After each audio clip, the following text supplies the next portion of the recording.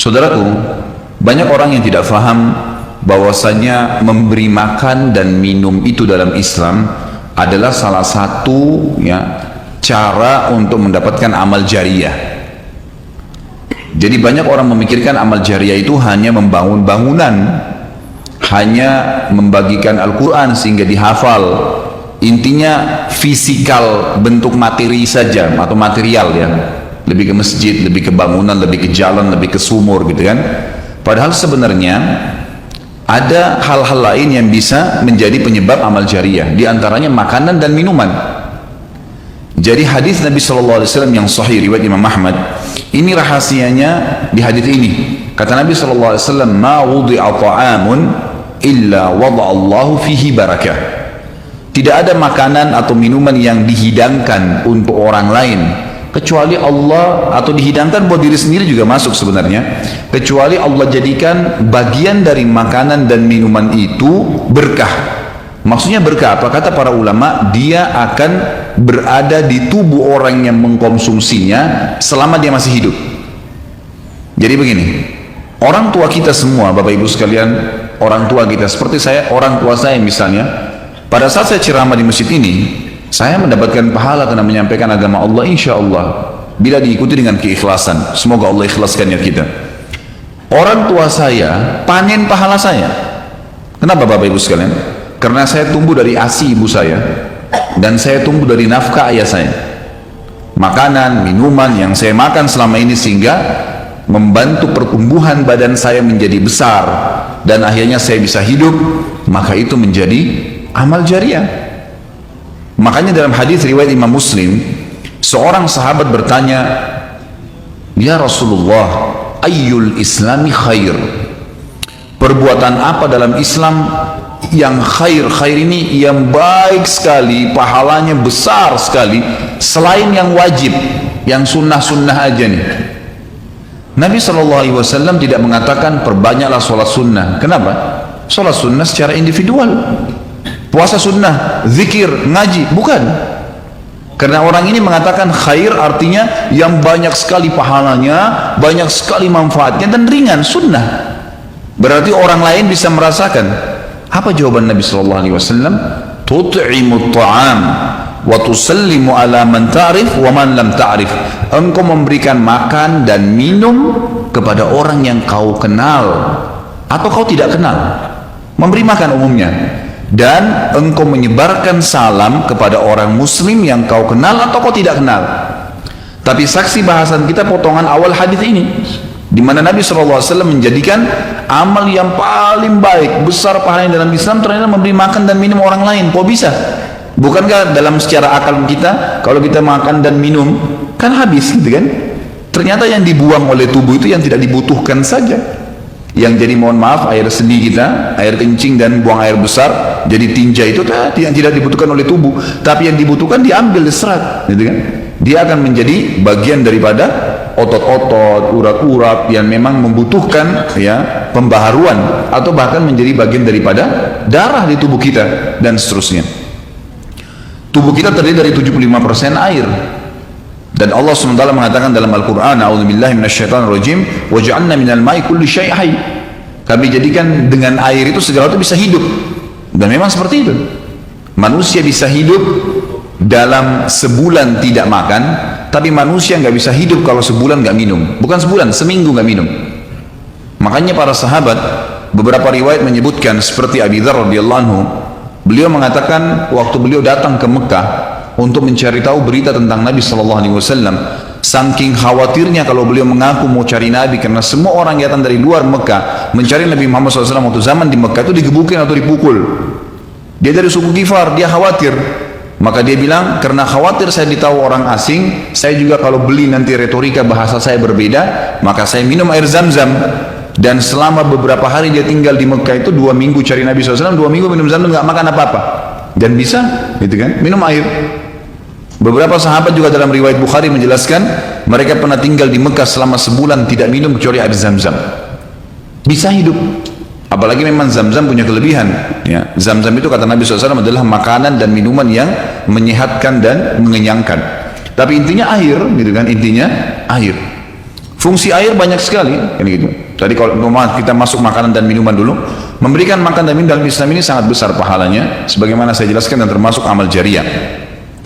Dalam Islam ada beberapa kegiatan yang kita disuruh untuk memberikan makan dan minum orang, seperti misalnya membuka puasakan orang lain dengan minum dan makan, dan dijanjikan pahala yang besar. Man fattara sha'iman kana lahu mithlu ajri min kana lahu mithlu ajri sha'imin min ghairi an yanqus min ajri sha'imin syai'a. Siapa yang membuka puasakan orang lain, maka dia akan dapat pahala orang itu tanpa dikurangi sedikit pun dari pahala orang yang buka puasa tadi. Dan Umar bin Khattab radhiyallahu anhu pernah memanen pahalanya satu kota Madinah di zaman khilafah beliau dengan air. Jadi zaman khilafah beliau di akhir hidupnya, atau maaf, di akhir khilafahnya beliau sempat di akhir Ramadan juga, bukan di akhir khilafah, mohon maaf, di akhir Ramadan, dia salah satu tahun khilafahnya beliau sempat ingin membuka puasakan orang, sudah mau habis Ramadan, ingin dapat pahala. Waktu itu beliau jadi khalifah, jadi raja, diiklankanlah di Madinah. Ya, dia bilang pada pembantunya, gulamnya, tolong iklankan kalau saya akan buka puasakan orang, ingin cari pahala. Orang semua diiklankan, Amir Mu'minin bin Khattab mengundang buka puasa. Orang-orang pada berbondong-bondong datang. Yang undang siapa? Raja. Yang orang bayangkan ini akan ada kambing bakar, yang akan ada ini, akan ada itu, macam-macam. Raja yang undang, gitu kan. Ternyata Bapak Ibu sekalian, waktu sudah ngumpul semua jemaahnya, masyarakat depan Umar menyuruh membagikan gelas-gelas yang zaman itu memang terbuat dari tanah liat. Kemudian dibagikan satu-satu dan disuruh antri di sumur, gitu kan. Karena memang mereka minumnya di sumur waktu itu, nggak ada sumber air yang lain, gitu kan. Mereka antri di sumur, lalu mereka ambil isi air masing-masing di sumur itu, antri kemudian sambil duduk. Setiap kali seseorang di antara mereka dituangkan air di gelasnya, mereka berkata, mungkin sebentar keluar ke rumahnya, makanannya dan seterusnya. Begitu terdengar azan, kata Umar kepada pembantunya, sampaikan kepada seluruh muslimin, silakan berbuka puasa dengan air yang ada di tangan mereka. Maka dia pun mengatakan, silakan buka puasa, dan selesai segelas air ini, maka selesai buka puasanya Amir Mu'minin. Orang akhirnya bubar, tapi pada saat itu orang faham, Umar bin Khattab ingin mencari pahala orang, gitu kan, ingin mencari pahala saja. Dan ini sudah saya tekankan, kalau menjelang Ramadan, Anda juga bisa ikuti pengajian saya di YouTube, ada judulnya Dahsyatnya Ramadan. Salah satunya itu kalau tiba Ramadan, ikhwan, maka maksimalkan waktu membuka puasakan orang. Apa susahnya membeli sedus air, ya, air mineral, berapa harganya? 20.000, 30.000, 20.000 rupiah kalau nggak salah ya. Air mineral gelas, isinya berapa? 40 sekian. Baik, kalau kita bagiin di masjid, satu orang minum satu gelas, kita dapat 48 pahala orang buka puasa. Nah, itu luar biasa, hanya dengan 20.000 rupiah. Tapi anehnya banyak orang tidak mau amalkan, padahal itu termasuk selain amal jariah, dapat juga pahala buka puasakan orang lain. Nabi SAW dan juga merupakan ciri para nabi-nabi, mereka itu paling senang mengikram tamunya, dan beliau menjadikan sebagai sebuah prinsip dasar dari iman kepada Allah dan hari akhir, sebagaimana beliau bersabda dalam hadis Bukhari Muslim, man kana yu'minu billahi wal yawmil akhir falyukrim daifahu. Siapa yang beriman, mengaku beriman kepada Allah hari akhir, maka dia harus mengikram itu, melayanin, memberikan makan dan minum, ya, mengucapkan tutur kata yang baik bagi tamunya. Intinya memberikan makan dan minum dalam Islam ditekankan sekali.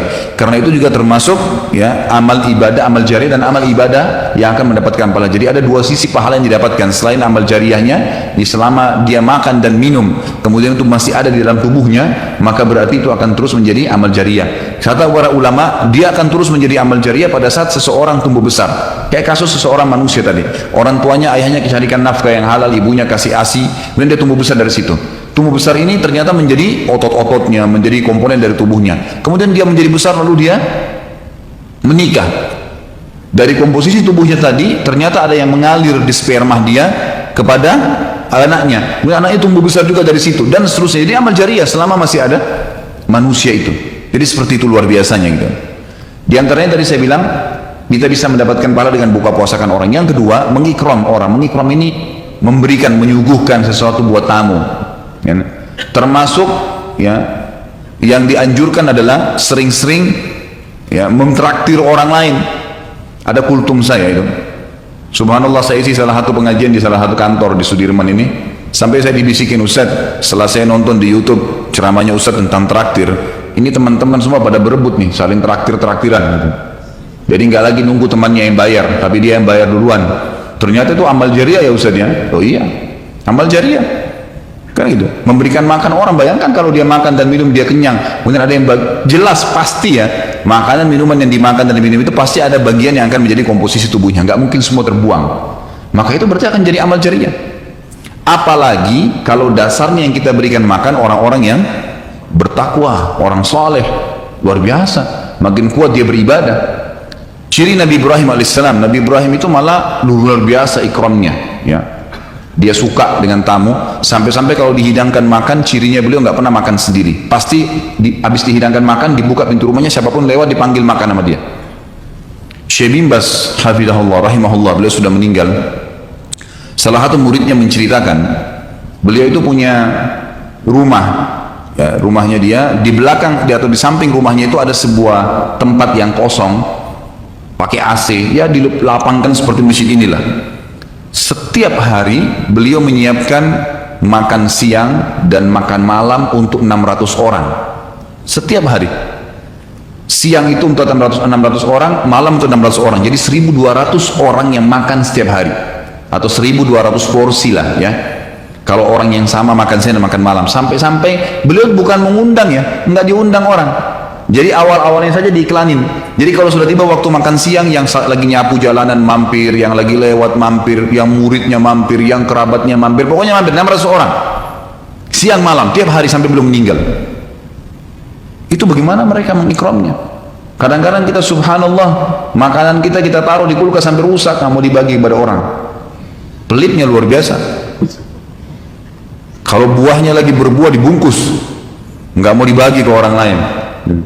Padahal sebenarnya rahasia untuk menambah berkah sesuatu benda, rezeki kita, itu diinfakkan dulu. Kata Nabi SAW di dalam hadis Bukhari, Allah SWT berfirman, ya bna Adam, anfik alaik, wahai anak Adam, infak dulu baru saya infakkan kepadamu. Artinya baru saya bukakan rezeki itu. Kita kalau mau otomatis ya, spontan, begitu dapat makanan, ada makanan terus langsung dibagi langsung pada saat itu. Nih bagi sama teman misalnya, atau dikata porsinya sebagian, atau kita beli bungkus yang lain. Ini saya beli satu bungkus makanan 10.000, beli satu bungkus yang lain khusus kasih fakir miskin sebagai tanda syukur terhadap makanan tadi itu, langsung diinfakkan. Itu spontanitas, tidak berhenti rezekinya.